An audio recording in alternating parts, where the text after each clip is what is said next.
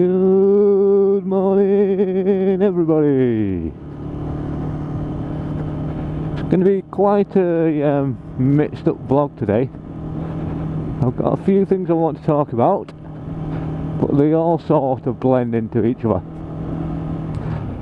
Firstly, some of you may have noticed the change on the camera view. I hope that's alright. I hope it's not off or anything like that, because I would like this vlog to come to pass, as it is something very close to me at the moment. If any of you look on my channel, you'll probably see my last video was released approximately a week and a half ago, something like that, okay? It wasn't actually recorded a week and a half ago, it was recorded sometime before that, as most vloggers do. There's been nothing new until this, for a reason. Basically, I've had a few problems. And that's what I want to touch on. These problems started probably 3-4 months ago. It started with lack of sleep, not being able to sleep, waking up, things like that. That's how it all started. Then that became not sleeping, and also not eating properly. Now, when I say not eating properly, I was hungry, and I felt either one or two ways. I would feel hungry and I would go make something, and by the time I'd made it, would no longer be interested in eating it, or I just didn't have the motivation to get up and actually make something itself. Now, I was also feeling like didn't really want to go to work when I woke up in the morning. Now, I know everybody gets that, that's just, you know, commonplace. Okay, but I mean, this was really not wanting to go to work. And all these sort of symptoms kind of converged and got worse and worse and worse, to the point that I was actually sort of crying in the middle of the night, crying in the mornings, you know. And I'm a strong person, I like to think I'm a strong person. I've done a lot of things in my life, and I didn't think that would ever be a picture of myself. I decided something needed to be done, and I went to the doctors. Took some time off work, went to the doctors, and I've been diagnosed with depression. Again, like I said, I didn't think that was ever anything that would ever possibly affect me, but it just shows that we're all susceptible to it at some point, you know, for some reason. Now, they've said about looking into this, obviously, that it's going to be a long process. It's not an overnight cure for things like this. It's a long process. There's a lot of involvement on your part as well. The GP himself wants to see me every 3 weeks, and he has also forwarded me or recommended me to a consultant, specialist, therapist, I'm not sure what they call them. Basically somebody who's going to talk and look at things a little deeper. Okay, now he told me how to register for these services, okay, which I did the same day as I had the doctor's appointment, and I've been waiting since to hear back from them. They have huge waiting list. Okay. Is this just a state or a continuation of the state of the NHS? I don't blame don't get me wrong when I say that. I'm not meaning doctors, the nurses, the carers, the people who put the time and the effort in. What I'm meaning is the facilities aren't there for them. The time isn't there for them. They haven't got all the staff that they need.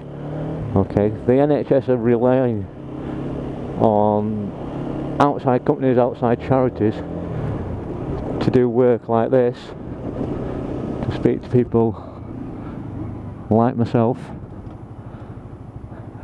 because they don't have the facilities, or they can't afford to keep those facilities running for everybody.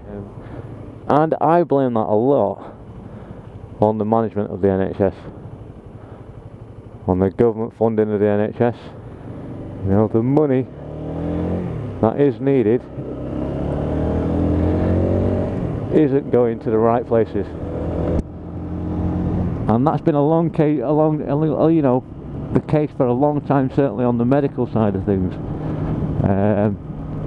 The money just hasn't been going where it's needed. You know, it goes into an NHS fund for that particular area, into the pot. It's decided how it's distributed by some manager who's never actually actively worked on the front line of healthcare at any time in his career or her career. It'll be audited and audited, and basically all that money just disappears before it gets to the places where it needs to be. Now, I for one think that's a terrible situation that we're in. The other point I wanted to bring up, now, because obviously I was aware of problems like this, but because it's now sort of affecting myself,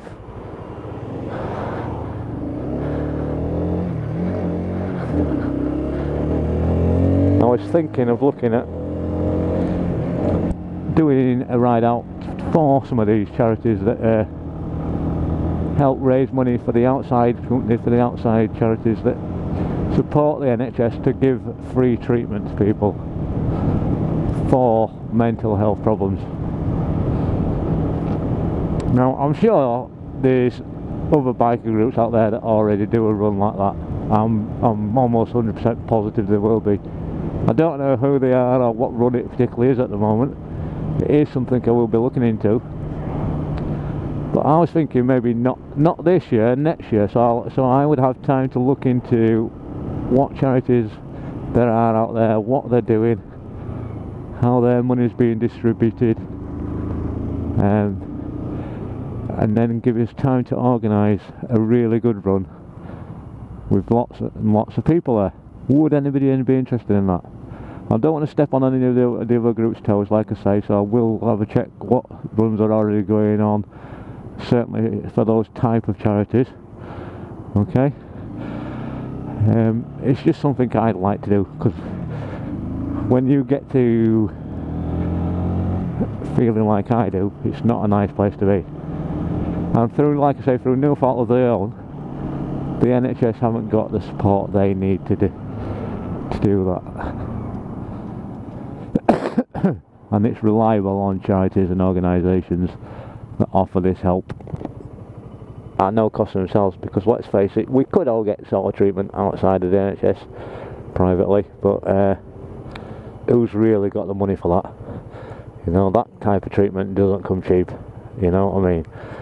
So, and then that brings me to the next point, bikers and the image of bikers. Now, I mentioned there will be a ride out going out somewhere for that type of charity, okay? And I say there will be because I know there will be, because as most of us bikers will know, other bikers are probably some of the most charitable people in the country. We do egg runs all over the country, Santa runs all over the country. There's groups raising money for other charities constantly, like myself, where I work with a group called Relay Riders. We've raised over £3,000 for National Association of Blood Banks so far this year, and we don't even do our run until the end of June. So that will increase whenever this individual sponsorship goes in. They're probably the most sort of giving group of people around that there is. Now, what I want to know is that image just with us? I'm not going to filter you guys, because this is, you know, a topic that's been hard for me to talk about, and I want to get, you know, out there. Is that image something just known by us, or is it known by other car drivers on the road, other pedestrians, general public? How hard bikers actually work for their communities, for their selected charities, things like that? Or is it spoilt by a select few that do stupid things. You know, I'm talking the select few, and it is a very select few, that do things like, you know, speed in built-up areas with other vehicles there, they'll wheelie in built-up areas. There's been several videos of people doing stuff like that recently on some of the forums that I frequent, overtaking horses, red bombing around horses at speed, you know, something that's just stupid, absolutely stupid, things like that. Is the whole image of bikers being good people and good people that work to raise money for charities spoilt by those individuals? They are a select few. Or is it even spoilt by ourselves, the ones of us that like to think that we are responsible riders? Because let's face it, we've all done it, okay? We think of ourselves as responsible riders, but occasionally we'll see that nice stretch of straight road and we'll maybe pull on the throttle a little bit more than we should, or we'll see that nice bend where we know we can get the bike over and accelerate out because there's no other traffic about. Yeah, we've all done it. That's part of the fun of obviously being on the bike, is being able to do things like that. So are we spoiling it for ourselves? Or are we just not making it known enough to the general public, to the car drivers, how much we actually do?